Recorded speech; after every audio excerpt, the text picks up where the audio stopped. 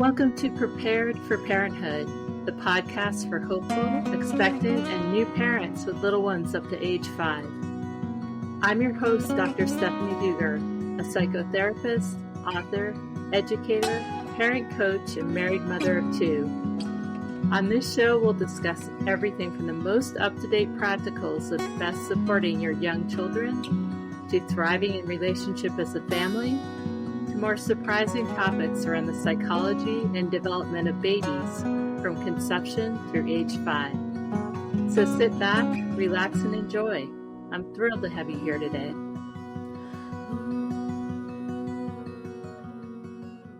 Welcome back to Prepared for Parenthood. I'm super excited today. Joining us is Sarice Holley. She's a registered dietitian nutritionist and a passionate mompreneur dedicated to empowering busy moms to prioritize their own health and wellness.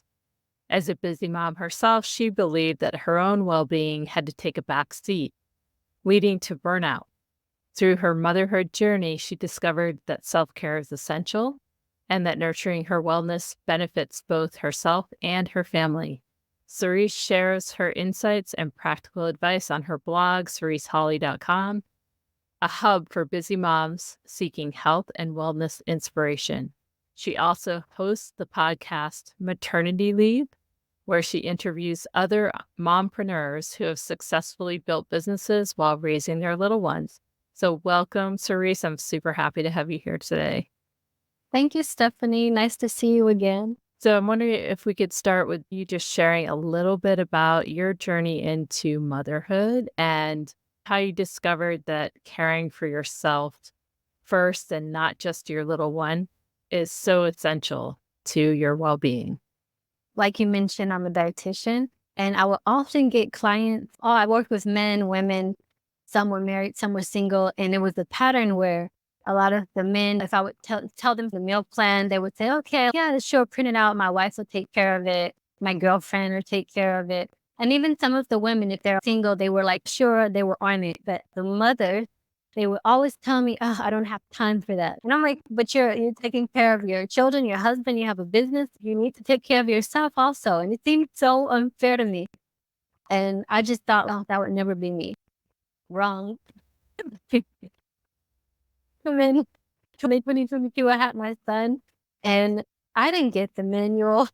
That was one of the things I wasn't prepared for. I think just yesterday I mentioned how some of the things that I thought would be challenging came easier to me, and some of the things that I thought would be easier were more challenging for me. So one of those things, like I thought a baby, at least for like the first year, he's not going to be doing much, and I will have time to do whatever. And then I'll worry about all of that later on. No, first of all, my son didn't like being an infant. He started crawling at 5 months, walking at 8 months. He didn't want to give me mama a break. That season was so anxious. He was moving really early, and I was afraid that he was going to fall and just getting used to motherhood in general. And I just neglected myself. I wasn't working out anymore. I was just grabbing whatever. And then I just didn't feel good. And I just said, oh my gosh, like now I get some of my mom parents just find so hard to be a good mom and be perfect and make sure everyone's okay. And then I wasn't okay. I was burnt out and tired. And then I just realized like, okay, I have to get myself together. And that's when I was practicing what I preached. I was like, you know how to do this. Just do what you say you should do. And that's how I like recovered. And what do you think the barrier was for you? Because you came in, you had all this information about taking care of your body from the inside out. Because I think what you're speaking to is so common and so overlooked, right? You don't know what you're getting into as a new parent necessarily, especially with your first. And you might have all the information, but putting it into action might be something different. And so was it the exhaustion? Was it the overwhelm? Yeah, I think it was exhaustion and maybe hormonal. Yeah, maybe it was that first shock of motherhood. And don't get me wrong, I was also and still am so happy and in love, and I felt so grateful. He was so amazing. And I think that's why I just wanted to pour everything into him, because I just wanted to be a good mom to him. But I just like forgot myself, and it became more evident when I became a mom. It was asking for help and accepting help. I'm the person always helping people, but I'm uncomfortable when people help me. I can handle it. And I think people didn't know that I needed help because I'm like, yeah, I'm fine. Like, even for my husband, he was like, do you need, no, I'm okay. I got it. And then I realized, no, you don't got it. Ask for help, accept help. And that was the first switch that I made. That was like a big, So it wasn't just the exhaustion, it wasn't just the overwhelm, it was also kind of overflow of love for this little human that you're grateful had come into your life and you're excited about. And like you spoke to, I feel like a lot of moms have this experience of wanting to do the best that you can for your child, but also just wanting them to have everything, right? Have all of you, all of your love, all of your attention. And suddenly the day is gone in a heartbeat. And you're like, right. oh, I haven't I eaten didn't or I drink any haven't gone for water. a I didn't walk. eat. Right. I haven't done Exactly. anything. Yeah. And also what you spoke to, which I feel like so many moms can relate to, and probably people in general can relate to, is that feeling that you have to do everything by yourself, that you shouldn't need to ask for help, that you might not even know you need help, right? That reaching out is maybe not supported so much. And so coming to that realization of, hey, it's not only okay to ask for help, but it's important to ask for help so that you don't run yourself into the ground. It's one of my commandments now. And when you mentioned that, it made me remember that time where it was like there were dishes and I didn't manage to do anything. The house was messy and I didn't make dinner and my son was breastfeeding and I felt, what am I doing wrong? I'm like, I'm not the only mom who's doing this. I'm sure other moms can manage to keep things tidy and do their work and take care of a baby. I'm just like, I should be able to do this. And yeah, I had to let go of that. But I Yeah. remember that thought, like, how do other women do this and I can't do it? And I think we set ourselves up like that, right? Like we want to come across, maybe especially in this day and age with social media portraying people living carefree lives where everything's perfect and you're all made Right. up and your house is beautiful all the time and your baby didn't just spit up all over himself or Yes, my husband would come home and I have this spit up over me and everything, and I'm just like, yeah. It was like my sister who told me because how her house is usually so tidy, and she told me, "But Sarice, you forget my kids are much older. They're teenagers now." She says, "You don't remember the first 10 years? My house was a mess. I had laundry piled up, and I was like, oh yeah, I do remember." She says now they're older and they have chores and I have more time and then also on my podcast, I interviewed a mom, and she had said something that was so powerful. She said, you can take care of the kids and keep all the laundry and the dishes clean and keep a Pinterest-worthy house all by yourself, like doing this young children phase. And I was like, oh, okay, so it's not just me. just so much permission to parents out there who have little ones, and it's a lot. You have little humans who are completely dependent on you and require a lot of time and energy. And so it's okay if your house is messy. It's okay if the laundry didn't get done. It's okay if the dishes didn't Yeah. get done. They'll get done eventually when you need them. When you run out of socks and you run out of forks and things like that, you'll find some time to make it happen, but it doesn't need to be all the time Pinterest worthy house. So, Cerise, obviously you have a lot of background in nutrition and taking care of your body from the inside out. How do you do that? Because you still have a little one, you're still nursing. How do you take care of yourself on a nutritional and physical level in general?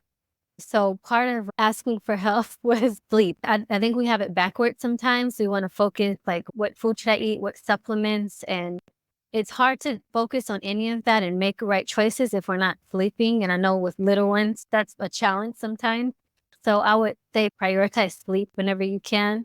I remember my husband would come home and then this is when I would have my time. Like if I want to take a long shower, take a walk or something like that, do something so I can unwind from the day, then put my son to sleep so I can go to sleep as well. Also, I would always try to get work done while my son was napping. And I still do that sometimes, but a lot of times I'll take a nap with him. They would say, always nap with the baby, which to me was impossible most of the time during the infancy phase because he would fall asleep in my hands or while I'm walking him in the stroller. But now I can because he goes to sleep in the bed, so I'll just lay there next to him. But what I want to say is get rest because it's so important for making good decisions and having the energy to do things. If you're sleepy, it's hard to motivate yourself to chop a salad. You're just going to go for quickest thing that's available. And if you have unhealthy choices in your house, it'll probably be that. Or so I would say prioritize sleep. And then of course you want to fuel your body with appropriate food and hydrate yourself. So I tell my clients, focus on your protein and your fiber source. Those should be the main stars of the meal. And carbohydrate, I'm totally not against carbs, but they're like the accessory to the meal. So protein could be things like if you eat meat, animal-based protein like lean beef, chicken, turkey, or if you're plant-based, this will be things like legumes, tofu, tempeh, lentils, dairy products, and eggs. And fiber is totally underrated. I feel like everybody talks about protein nowadays. It's really popular, but we underestimate how much fiber our ancestors, how many plants our ancestors ate. Any historian will tell you about the things that they found. Even in my region, they found like shriveled beans here. So we know that plants were a part of our diet, but I think that's so important for moms because people talk about probiotic. Unfortunately, I get a lot of mixed information from like a microbiologist and gastroenterologist, where some are pro probiotics and some say like they'll just pass through. But one consensus that everyone has is that what's more important than taking a probiotic supplement is eating enough fiber, because if you have that fiber, your body's going to be able to have a home for the healthy microbes to thrive. And a healthy gut microbiome, it's essential for our mental health too. So that's why I say it's really important for young lactating moms and in general that postpartum area where we already have a lot of like hormones going up and down, and a healthy gut can help alleviate some of those symptoms. And I really did notice that when I started to improve my diet again and start my day with protein and eat a lot of plant food, it really affected me mentally. And of course, exercise, just taking a walk. Those were simple things that I know, and just implementing them, it was a game changer. Can we delve into the fiber piece just a little bit?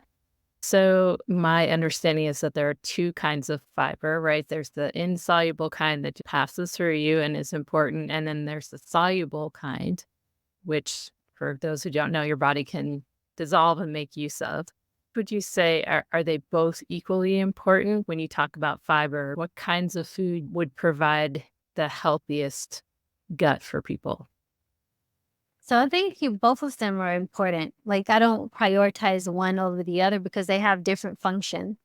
And so, like you mentioned, the insoluble fiber, that's more what people think of when they think of fiber, like the bulking that helps us move our stools. It like scrapes our bowel, but it also does provide some like layout for the helping microbes to feed on. But the insoluble fiber is also important. And this also has other functions like lowering cholesterol. They also feed our bacteria too and release short chain fatty acids and other things that are beneficial for our mental health, for digestion. And a lot of times you'll find that plants have both. For example, beans, they have both soluble and insoluble fiber in them. For someone to know what has soluble fiber, think about if you ever cook your beans at home, or chickpeas, that jelly-like substance that you get after cooking it, or if you soaked flaxseed and they get thick, or chia seeds. So that's the soluble fiber. But then there are also insoluble fiber, the shell of them. Other than like beans and flax and chia and things like that, what might be some good grab and go foods that have lots of good fiber in them? So fruits and vegetables usually will have more of the insoluble fiber, but also some soluble fiber as well. Nuts and seeds are easy grab and go. You can buy some type of like trail mix. I prefer unroasted, but if you prefer roasted, you'll still get the insoluble fiber. The vegetables, nuts, and seeds. I like to buy an assortment and then do different mixes throughout the week. My husband likes to do it. Now he's our mixer, our coster. Your mixologist. And you can do different like combinations. Add some Great. sunflower seeds in there, pumpkin seeds, cranberries to add like some tartness, and they also have some fiber in them. So yeah, those are easy grab and go. So, Sarice, probably a lot of parents with little ones who might be listening right now are feeling burned out. Sometimes parenting can be exhausting or overextending. And how can we make time and find the energy to make self care a priority? So the first advice I would say is give yourself grace. And also, like I mentioned before, ask for help, accept help, pay for help when possible. And try not to make, because I did have a one client too, where she's okay, I'm ready to start prioritizing my health. I want to do a 60s, flip everything around. But then she was getting anxious and stressed from this project. Like she believed that she had to do all the things. So I'm really about pacing yourself because you don't want to do it in overwhelm, because then that can stress you out as well. And you don't need too much on your plate. So I always like to do micro goals. Just choose one thing that you want to work on for that week or the next month and be consistent with that so when it becomes a habit. So if that's going to be like, I want to drink a liter of water a day. So instead of saying I'm going to run and I'm going to drink water and I'm going to sleep, just choose one thing to do. And something I say, always start with the most simplest task. Don't say you're going to run 5 miles. The first one should be easy and achievable, because once you have that sense of success, it gives you that confidence. Okay, I can do this. And once drinking water becomes a habit, then you'll say, okay, maybe I'll set my alarm clock 30 minutes earlier, remind me to go to bed, put my phone down and go to sleep, or take a shower with some essential oils and unwind. So always just choose one thing at a time so it doesn't feel overwhelming. And you can make a list of all the things that, okay, I want to achieve this. Write a list of the things that will help you achieve that and then work that way. Go one by one. If you don't want to make the list yourself, I have a free email course. I'll send you the link and it's totally free week by week. So this week you'll do this, then that week you'll do that, and it goes along for 8 weeks. So that's for any mom. It's what I wish I had when I was a new mom. Because sometimes you need that structure, someone to give you more structured guidance. And how about ideas for parents who are nursing? So they probably have some different nutritional needs than a non-nursing parent. What would be your top tips for someone who is actively nursing their baby or child? Hydration is a big one. I was really thirsty in the beginning of my breastfeeding journey. So I would also opt for sometimes even adding a little bit of sea salt to your water to make sure you have extra sodium, extra electrolytes. So you can even buy packets if you want, but you can make it at home, squeeze some lime or lemon juice and add a pinch of salt. So hydration is a big one. Another one is making sure you incorporate healthy fats into your diet, because that's important for the constitution of your breast milk. And I would even see it if I pumped and I saw that I was eating more avocado and seeds and nuts, my milk was fattier, and that's good for the baby's brain. And then the days when I wasn't, when I was not taking care of myself, but I would really see the difference. I would look at the constitution of my milk, and some of my friends also reported the same. So I think that's super important. Making sure you also consume omega-3 fatty acids. Like you can eat fish twice a week, or you can take a supplement if you don't eat fish. Especially DHA. Like for regular adults, you would say EPA, but for breastfeeding moms, pregnant moms, you would prefer the DHA. And also choline. So choline, I know now coming into recommendations, at least here, like for pregnancy, but in fact, in lactation, when you're breastfeeding, you even need a little bit more choline. I would say like at least 500 milligrams of choline per day. And do you know what choline actually does? Like why that's important? We have little neurotransmitters in our brain, so it helps the conduction of the electricity go between the neurotransmitter better. And they say that can help with like nerve health and motor skills. I think there was even a study where they took a group of moms who supplemented choline, and then they checked the motor skills of their children much later, like in first grade. And this was like a longitudinal study, and the kids showed better motor skills. I always joke with my husband, like maybe I took too much choline. Maybe that's why my son was walking so fast. He's the first one in the family on both of our sides that was walking that early. Speaking of little ones and the nutritional needs that they have, what are your thoughts about parents providing healthy food for their babies once they start eating some solids, even if they're still nursing? What are some of the best things for little ones to start with, and how important is having things like fats? I did the baby-led weaning approach. After I did it and experienced it, I don't have any fear. Whoever doesn't know, this is when you don't start off with purees and food. You actually give them larger chunks and solid chunks of food for them to really get used to using their mandibles and mapping out their mouth. So I was a fan of that, and I could really see that by that, I don't have this fear of him choking. He really knows his limit. So I'm a big fan of baby-led weaning, letting them experience food, touch food, smell their food. If you feed them all the time, it takes away that experience of them using all their five senses to experience food. And also, it takes away, like we have this, even now adults, we're not in tune with our satiety and hunger cues. So it gives them that control where they know, okay, like I want to eat and I want to stop. If you're feeding them, sometimes you can miss that. Some parents will say, oh, but they'll just spit it back out if they want. So that's one thing. And as far as which foods I would give for babies, they're not bodybuilders yet, and the protein requirements aren't so high. It's easy to reach them at that age. So it's not like adults who say prioritize protein. I would actually prioritize fatty food at that age because it's so important for their brain health. So things like avocado, I would also expose them to foods that are allergens in the beginning because it has been shown that this can reduce the risk of allergies later. So things like peanut butter or almond butter or nut butters and vegetable sticks, chicken tenders, things like that. And also, if they don't like it once, you need to try again. Try to keep exposing them because there are plenty of foods that my son, like avocado, he didn't like the first, second time, third time I gave it to him. And today he's 2, he loves avocado because it's like experience food first, the texture and things sometimes parents give up too soon and they really limit the scope of food they'll eat later on in life. And don't be afraid of spices, rosemary, thyme, things like that, like safe for children.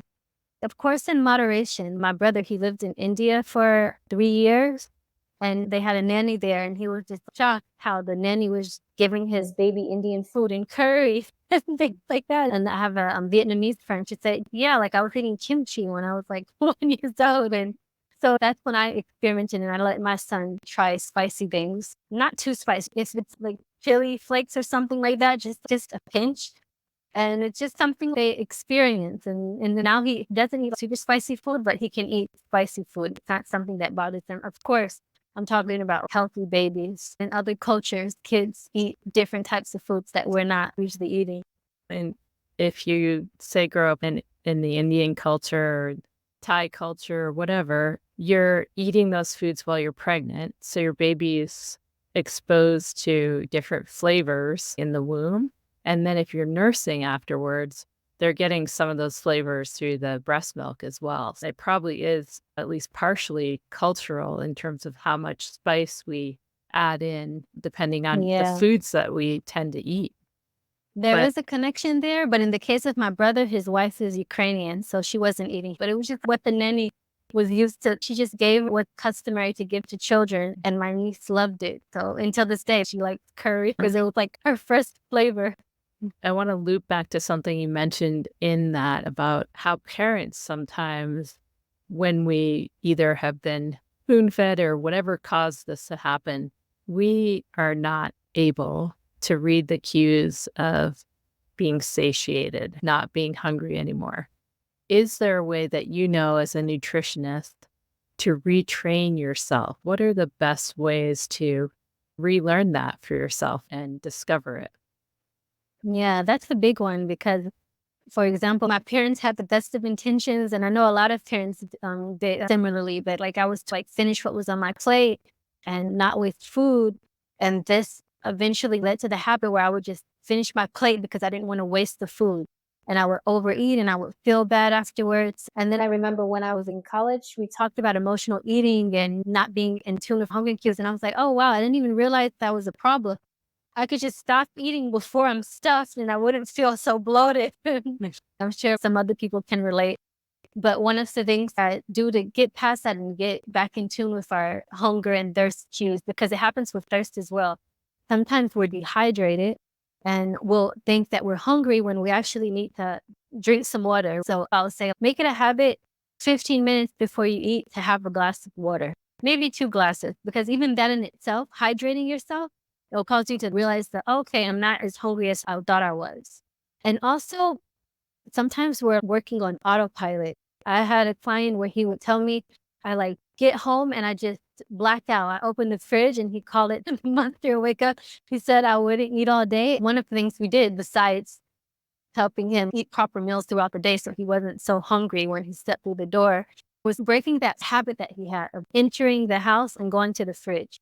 So I would tell him, just break that habit. Instead of going to the fridge, go to your room and lay down for 5 minutes.